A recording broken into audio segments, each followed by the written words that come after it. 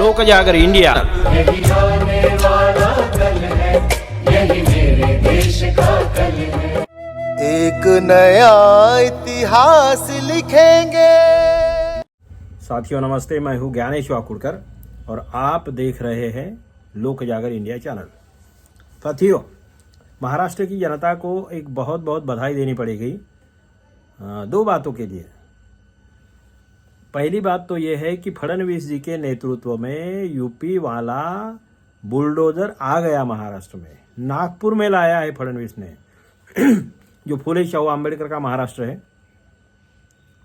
संतों का महाराष्ट्र है, छत्रपति शिवाजी महाराज का महाराष्ट्र है, वहाँ पे जो जंगल राज है यूपी में योगी का, किसी का भी घर तोड़ दो, किसी के भी घर में घुस जाओ, किसी के भी लाशें रात में रिश्तेदारों को न बताते हुए जला दो, ये जो जंगल राज है योगी का, तथा कथित योगी का, योगी आदित्यनाथ का, वो अब महाराष्ट्र में आ गया है। देवेंद्र फडणवीस ने ये दंगे के मामले में जो एक आरोपी था, उस आरोपी का घर तुड़वा दिया है बुलडोजर लगा के। हालांकि आरोपी है तो कार्रवाई करो, कानून है, जेल में डाल दो। उस दंगे के लिए जो जरूरी है उन पे जो एफआईआर किया है, उन लोगों को अब तक क्या किया है ये नहीं मालूम। उनका भी घर तोड़ना चाहिए था, उनमें से किसी का नहीं तोड़ा। एक किसी विशेष समुदाय का घर तोड़ने के लिए, जनता में उन्माद पैदा करने के लिए, जनता में नफरत फैलाने के लिए, एक जाति विशेष के, एक धर्म विशेष के आदमी का घर तोड़ दिया। आरोपी है वो अभी। वैसे आरोपी तो आपके ये भी थे, शाह भी थे, शक तो नरेंद्र मोदी के मामले में भी है। तो क्या उनका भी घर तोड़ दिया होता कांग्रेस के वालों ने तो अच्छा होता? क्या अमित शाह को भी बर्बाद कर दिया होता, उनका घर तोड़ दिया होता? आरएसएस के लोग भी आरोपी है, तो क्या आरएसएस का हेडक्वार्टर तोड़वा देना चाहिए था? कहाँ का न्याय है भाई? ये महाराष्ट्र है, जरा सोच समझ कर क्या होता। लेकिन खैर छोड़िए। तो ये एक बात है कि जहाँ पे बुलडोजर लगा के फडणवीस ने वो घर तोड़ दिया, और वो शिवाजी महाराज जिजाऊ की बदनामी करने वाला प्रशांत कोरटकर इन्हीं का पारिवारिक सदस्य जैसा है, फैमिली रिलेशन है इनके। वो भाग गया, पुलिस प्रोटेक्शन इन्होंने ही दिया क्योंकि यही गृह मंत्री है, फिर भी वो भाग गया है। तो ना पुलिस अधिकारियों पे कुछ कार्रवाई हुई, ना वो प्रशांत कोरटकर मिल रहा है, पकड़ नहीं पा रहे उनको। और इधर बातें करते हैं, डिंगे हाँकते हैं कि मैं तो क्या कब्र में भी छुपे होंगे तो मैं उठा के निकाल के ले आऊंगा। अरे भैया, कब्र खोदने की बात क्यों करते हो? इंसान हो, इंसानियत से रहो यार। कब्र खोदने की वो जो मसना उद बोलते हैं मराठी में, हिंदी में क्या बोलते हैं मुझे नहीं मालूम, तो वो खोदता है कब्र और वो खाता है, ऐसा कहते हैं। तो वो मत बनो ना, इंसान रहो, इंसानियत की बातें करो। महाराष्ट्र की बात है, लेकिन फडणवीस पे भूत सवार है, उनको योगी बनने का भूत सवार है। दूसरी एक बात और हो गई कि कुणाल कामरा नाम का जो स्टैंड अप कॉमेडियन है, अच्छा है, लोगों को पसंद आती है उसकी कॉमेडी। उसने कुछ सटायर लिख दिया है, सरकार से किसी का नाम तो नहीं लिया था, लेकिन गाना बना दिया है, वो हिट हो गया। वहाँ पे गद्दार जैसे कुछ शब्द आ गए, और इसीलिए शिंदे जो है उप मुख्यमंत्री, उनके कुछ कार्यकर्ताओं ने तोड़ दिया उसका होटल, या जो भी जहाँ पे भी प्रोग्राम था वो तोड़ दिया, तोड़फोड़ कर दिए।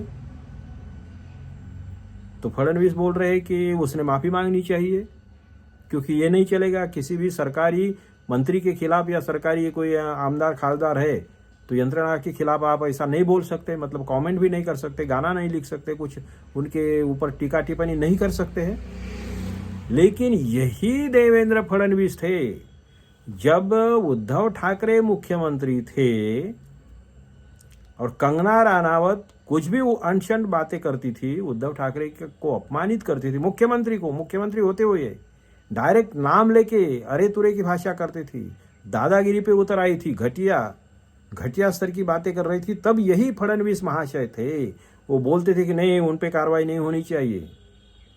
कारपोरेशन ने पहले ही उनके अवैध कंस्ट्रक्शन जो था वो तोड़ने के लिए उनको नोटिस दी थी। फिर जब इन्होंने कार्रवाई करने की ठानी तब फडणवीस आए थे और बोले जनतंत्र है ये कोई पाकिस्तान नहीं है, ये भारत है, यहाँ पे जनतंत्र है, बोलने की आज़ादी है, कलाकारों की आज़ादी है, उस पर नहीं होना चाहिए, ये बोलने वाले फडणवीस भी थे। और लेकिन अभी देखो कैसे पलट गए। अब वो कलाकार ने कुछ नाम भी नहीं लिया, कोई बदनामी कारक नहीं किया। जो भी होगा, अगर है भी दोषी तो चलो उस पर कार्रवाई करो, कानून है, ले जाओ उसको जेल में, चढ़ा दो शूली पे, फांसी दे दो, चलेगा ना। लेकिन ये क्या घर का कानून है क्या कि कोई भी जाएगा और तोड़ देगा और वो फिर बोलोगे कि हम जो कहेंगे हमारे खिलाफ कुछ बोलना ही नहीं चाहिए। आप चोरी करोगे, डाका डालोगे, किसी की बदनामी करोगे, किसी की प्रॉपर्टी हड़प कर दोगे, महाराष्ट्र की प्रॉपर्टी बेच दोगे, भ्रष्टाचार करोगे और फिर भी कोई कुछ नहीं बोलेगा, ये तो नहीं हो सकता। तो क्या मुख्यमंत्री बन गए तो क्या महाराष्ट्र के मालिक बन गए हो, देश के मालिक बन गए हो? फिर न्याय एक क्यों नहीं? तो यहां पे कुणाल कामरा के मामले में तोड़फोड़ कर दी, एफआईआर भी दर्ज कर दिया है और कुछ लोग भी चले गए, कॉरपोरेशन वाले भी दौड़ धूप के वहां पे भी तोड़फोड़ कर दी, नागपुर में भी तोड़फोड़ कर दी, कॉरपोरेशन वालों ने कर दी।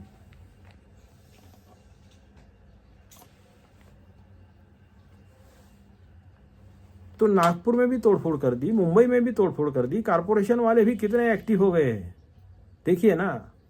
तो मतलब ये योगी आदित्यनाथ वाला, तथाकथित योगी आदित्यनाथ वाला मॉडल फडणवीस ने ले लिया है। दिमागी काम करने के बजाय अब फडणवीस भी वैसे ही काम कर रहे हैं। मैं फडणवीस जी को ये पूछना चाहता हूं कि मेरे भाई, आपके नरेंद्र मोदी ने, आपके अमित शाह ने, ये भी अमित शाह के खिलाफ तो गंभीर केसेस थी ना, तड़ीपार ही थे ना, वो मर्डर केस में वगैरह अंदर थे, तड़ीपार थे।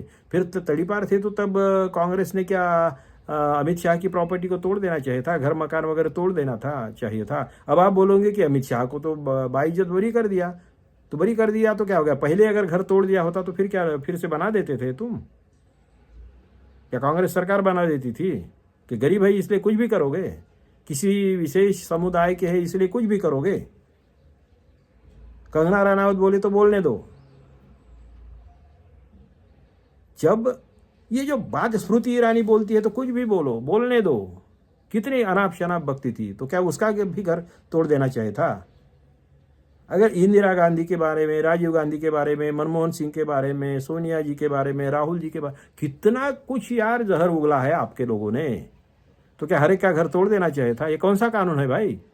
अगर कोई उन्होंने गलत काम किया, कानून तोड़ दिया है, तो उसके खिलाफ केस करो, कार्रवाई करो, कानून है। हालांकि अब आपके 14 के बाद में तो कानून और व्यवस्था भी उसमें से बिक गई है, कुछ अपवाद होंगे मगर बहुत सारे बिक गए हैं, लेकिन वो भी एक प्रोसीजर है ना। आपके मन में आ गया तोड़ दिया, आपके मन में आ गया घुस गया, आपके मन में आ गया किसी की जान ले ली, ये कहाँ का न्याय है? लेकिन मुझे ताज्जुब ये होता है कि एक कुणाल कामरा जैसे एक स्टैंड अप कॉमेडियन को सरकार क्यों डरती है? इतना डरने की जरूरत क्या है? इतनी धमकियां देने की जरूरत क्या है?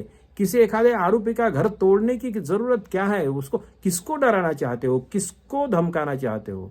कौन सा कानून है? अगर वो कानून के मुताबिक अगर आपकी कार्रवाई नहीं हुई तो फिर आप बना दोगे क्या? किसी की जान चली जाती है, किसी का परिवार उद्ध्वस्त हो जाता है, तो उसकी जिम्मेदारी कौन करेगा? उसकी जिम्मेदारी किसकी है? कौन भरपाई करेगा उसकी? आप करोगे? कहाँ का कानून है कि आपको लग रहा है कि आप 100 साल 1000 साल आप ही रहोगे? कितने साल की जिंदगी है? इतनी मस्ती, इतनी, अरे हिटलर जैसे की मनमानी नहीं चली यार। हिटलर जैसे को आत्महत्या करनी पड़ी। आप कौन हो? हम बहुत छोटे लोग हैं, आप किस मस्ती में हो यार?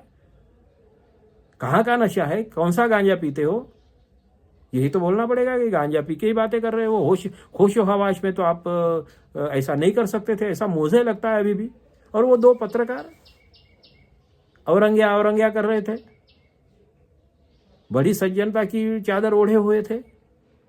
क्या ये पत्रकार जो है तुम्हारे, तो ये पत्रकार गोडसे के बारे में नथ्या गोडस्या बोलेंगे? कभी बोला है? और भी नाम बता दूं कौन कौन है आपके देशद्रोही? और भी बता दूं समाजद्रोही कौन है? अडवाणी ने क्या किया बता दे? मुरली मनोहर जोशी ने क्या किया बता दे? तो कहने का मतलब क्या है कि ये राजनीति ठीक है, विरोधी हो आप, और उन्होंने फडणवीस ने ये बोल दिया कि भाई कुणाल कामरा के वीडियो में ऐसा गद्दार वगैरह शब्द आया है, तो फडणवीस ने ये बोल दिया कि बड़े जोश में कि भाई 2024 में तो महाराष्ट्र की जनता ने बता दिया है कि गद्दार कौन है और ईमानदार कौन है। अरे भैया आप जीत गए, और वो भी किस तरीके से जीते लोगों को मालूम नहीं, फिर भी आप जीत गए ऐसा समझ लेते हैं। तो क्या जीतने से आप अगर ईमानदार हो जाते, गद्दारी का जो है स्टैंप है वो अगर आपके यहाँ से हट जाता है, तो फिर इसका मतलब 50-60 साल तक आप हारते रहे तो इसका मतलब आप गद्दार हो, देशद्रोही हो। 1960 में महाराष्ट्र बना, तब के बाद में आपकी सत्ता कितने, अपने खुद के भरोसे पे कितने दिन सत्ता में रहे हो आप? एक दिन भी नहीं रहे खुद के भरोसे पे सत्ता में, मेजॉरिटी ही नहीं आए, तो इसका मतलब तो आप हारे हुए हो। आपसे ज्यादा मेजॉरिटी बाहर के लोगों के पास में, ठीक है बिखरे हुए हैं इसलिए नहीं सत्ता आई उनकी, मगर आप तो महाराष्ट्र में गद्दारी हो। कौन सी बात कर, अभी भी क्या मेजॉरिटी है आपकी? दूसरों के सहारे पे आपकी सत्ता है, वो भी गलत तरीके से हुई। देश में तो देखो मेरे ख्याल से एक बार सत्ता आई, वो भी 60-70 एमपीज को आपने किस तरीके से मैनिपुलेट किया है। नहीं तो ये भी 150-160 के ऊपर जाते नहीं थे, अभी तो 230 है, अभी तो मेजॉरिटी भी नहीं है। एक बार ही आई थी पिछली बार, तो फिर 75 साल में 70 साल तो आप देशद्रोही हो, फिर गद्दारी हो फिर आप। इसका मतलब सीधा सा ये हो गया ना। कैसे तर्क देते हो यार? फडणवीस ने ये जो किया है, बुलडोजर संस्कृति महाराष्ट्र में आई है, बहुत गलत है, सावधान रहिए। जनता को बोल रहा हूँ, हाथ जोड़ के बोल रहा हूँ, जो उनके कदमों में सत्ता के लिए उनकी चापलूसी करते हैं, तलवे चाटते हैं, उन लोगों को भी शिवाजी महाराज का नाम लेते, कोई बाबा साहब का नाम लेते, महात्मा फुले का नाम लेते, और इन लोगों के तलवे चाटते हो जो देश विरोधी है, जो जनतंत्र विरोधी है, उनसे जरा छुटकारा पाइए, बाहर आइए, अपने पापों का परिमार्जन कीजिए, कुछ तो जरा देश के लिए, जनतंत्र के लिए सोचिए। और जनता ने तो भी कम से कम इन लोगों को सबक सिखाना चाहिए, ऐसी अपेक्षा करता हूं। समय बहुत कम है, बहुत ही खतरनाक कानून आ रहा है, सबको फिर ये लोग जेल में डाल देंगे, सरेआम मार देंगे, उड़ा देंगे। इसीलिए आप सावधान हो जाइए और देखते रहिए आप लोक जागर इंडिया चैनल। लाइक करिए, शेयर करिए, सब्सक्राइब करिए, लोगों को बताइए, आपका सहयोग हमें दीजिए। धन्यवाद, शुक्रिया। आने वाला कल है, यही मेरे देश का कल है। एक नया इतिहास लिखेंगे।